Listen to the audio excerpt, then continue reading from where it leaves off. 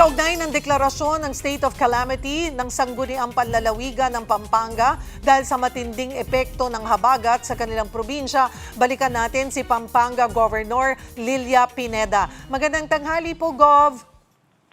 Magandang tanghali, Cheryl. Salamat sa pagtawag. At salamat din po sa inyong oras, Gov. Kumusta na po ang panahon dyan? At saan-saan pong lugar ba, mga lugar yung nakakaranas pa rin ng pagbabaha? Base po sa inyong pag-iikot today.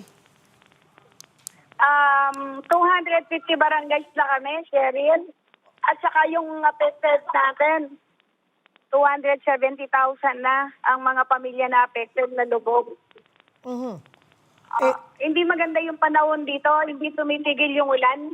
Hanggang ngayon, Gov? Hanggang ngayon, tuloy-tuloy pa rin. Doon po, Gov, doon po sa sinasabi niyong 250 barangays, so yan po ba ay buong Pampanga na talaga ang lubog po sa tubig baha? 270, yung mga low-lying natin, yung malapit sa coastal natin, yung pa lang yung kalahati pa lang yon. Yung iba, yung upstream, Cheryl, hindi naman masyado. Yung talagang mataas ang tubig, yung tabi ng Pampanga River, Mapo. yung tabi ng dagat, yun talaga yung mataas ang tubig ngayon. Abay, gaano po kataas yung pinakamataas ng level ng baha po dyan? 4 to 5 feet, mataas pa.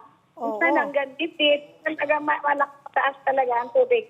Though, yung mga kababayan po natin dyan, malapit nga po sa coastal areas or doon po sa malapit po sa mga river, sanay po alam na nila na babahain sila. So, saan po sila nananatili ngayon? Nag-evacuate po ba sila or they decided, pinili nilang manatili na lang sa kanilang mga tahanan? Cheryl, sada na yung mga ugali ng Kapampangan, kung talagang kaya nila na wag magpunta ng evacuation center, hindi sila ganon. Kasi yung mga malalaking bahay, ina-adapt nila yung may mga maliliit na bahay. Talagang hinahako nila. Hanggat maaari, hindi sila pumupunta sa evacuation center. Malalakas ang loob nito eh. At saka talagang mababait ang mga Kapampangan. Nag-a-adapt sila. Sa side po ng provincial government, sabi nyo nga ay umabot na sa 270,000. Families po ba to or individuals na apektado? Families. Okay. Marami-rami po yon. Ano pong tulong ang naipapaabot po ng provincial government sa mga kababayan, mga kapatid po natin dyan na apektado? Ang talagang pwede lang natin iabot sa kanila, Cheryl, yung food pack. Nagpapasalamat ako sa DSWD kay Secretary Rex Gatchalian. Talagang dahil alam niya na naiiba yung Pampanga, talagang full support siya. Tapos ang provincial capital, talagang 100,000 din yung mga pack namin. Talagang kailangan mabigyan na sila talaga ng pagkain dahil halos maging 1 linggo na yung baha eh. Mag-10 days na. So, tapos hindi pa tumipigil yung ulan. So kailangan talaga minomonitor tayo yung makakain nila. Ay ano po ba ang diskarte ng provincial government? Kasi sabi nyo nga po, yung mga iba, kahit baha, mananatili sila siguro sa kanilang second floor. So paano po yung diskarte para masigurong lahat ng apektado ay maaabutan po ng food packs? Isang ngayon, Cheryl, binabangka na lang namin kasi hindi ayaw nila talagang pumunta sa mga school building, ayaw nila talagang lumayo sa bahay nila. Pero kaya naman nila. Pero sabi ko sa kanila, pag hindi nyo na kaya, 24/7 kaming nakahanda. Yung mga barangay captain nyo, barangay munisipyo nyo, ang province, nakamonitor kami 24/7. Kung ano ang kailangan nyo, gusto nyo ng mag-evacuate, nandito lang kami. Marami kaming equipment, Cheryl. So natutugunan naman po, nasisiguro nyo na lahat ay naaabutan at wala naman pong maiiwan. Walang maiiwan, Cheryl. Yung hindi namin ma-access kasi minsan talagang hindi na makapasok pati dump truck eh. Rubber boat lang ang pwede pero hindi na siya makakarga. Ngayon, ng mga coastal barangay para sila na lang talaga yung pan-service natin.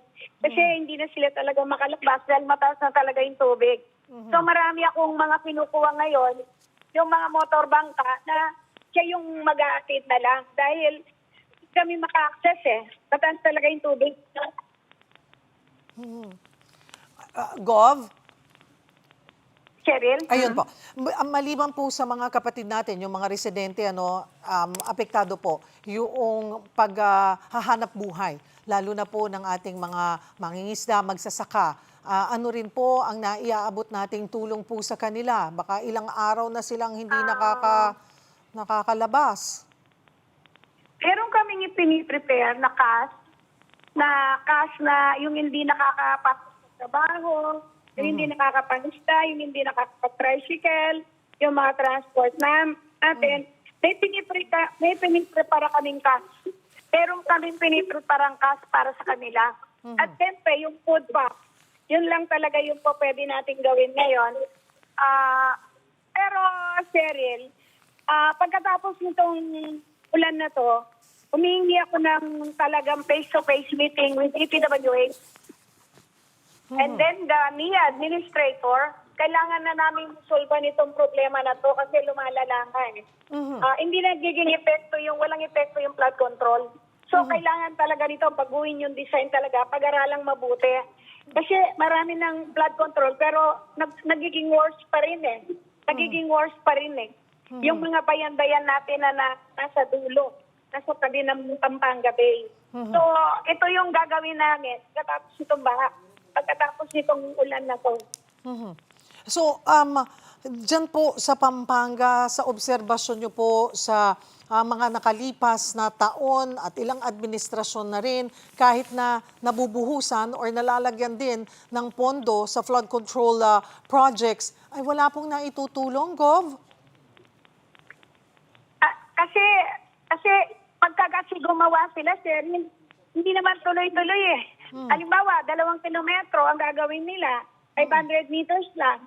Hindi na itutuloy yung kasunod, siyempre lalabas din yung tubig, di ba? Ang kailangan dito, kung 5 kilometers yan, idire-diretso nila hanggang dulo ng dagat. Dapat ganun ang dike.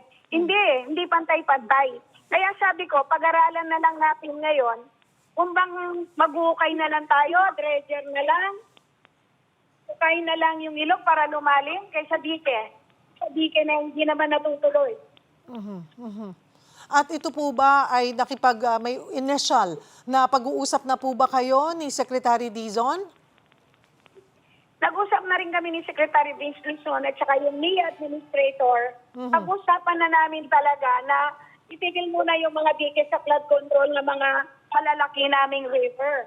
Hindi na talaga nagiging effective wala So, Cheryl, ang sinasabi ko na hindi na effective yung flood control, Pampanga lang hindi po sinasakop yung mga ibang probinsya. Kasi, nakita ko kasi, matagal na panahon na rin, hindi rin talaga nagbabago. Pare-pareho pa rin. Ganun pa rin ang resulta. So, hindi talaga wala talagang protection. Plano nyo rin po ba, Gov, kasama ba sa plano or meron ba kayong master plan sa probinsya ng Pampanga kung paano yung pinaka mabuting solusyon, magandang solusyon sa pagbaha po sa inyong probinsya? Merong ginawa yung NIA, Cheryl. Like yung malaki naming river, yung Corak Gumain, mahaba yun. Yung mga bundok ng Sambales, doon lang dumadalay doon sa river na yon. Naggawa ng Sabodam ang NIA, ngayon wala nang masyadong tubig na lumalabas kasi ginawa nilang dam, ginawang irrigation ng magsasaka, ayun nakokontrol ang tubig. Pag wala nang masyadong ulan, nagpapakawala unti-unti. So wala na kaming baha talaga doon. Ang sinasabi ko kay NIA administrator, gumawa rin siya ng series of dams para hindi dumidiretso yung tubig doon sa labasan, doon sa malapit sa Pampanga Bay.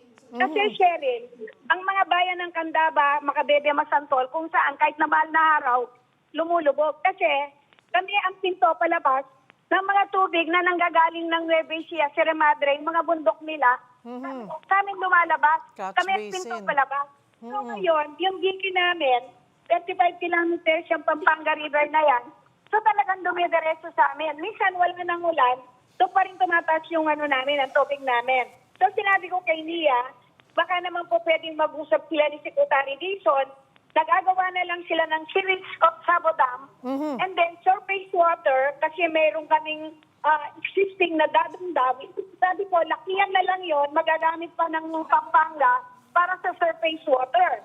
So hindi talaga lalaki na yung tubig doon sa palabas dahil talagang malakas ang dating ng tubig galing ng bundok sa Nueva Ecija papunta sa amin.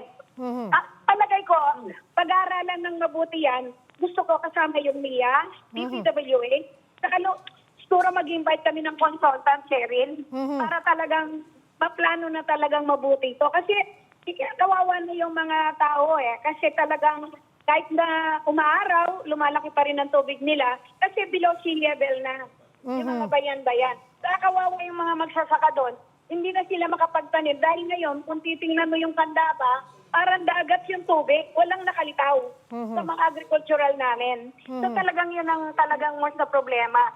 Naiba kasi yung Pampanga, Cheryl, kasi sabi ko nga sa iyo, mga bundok, tubig ng Zambales, tubig ng Sierra Madre, Nueva Ecija, kami lang ang labasan kasi kami lang ang malapit sa dagat. Yun ang talagang problema ng Catch basin po kayo, ang Pampanga.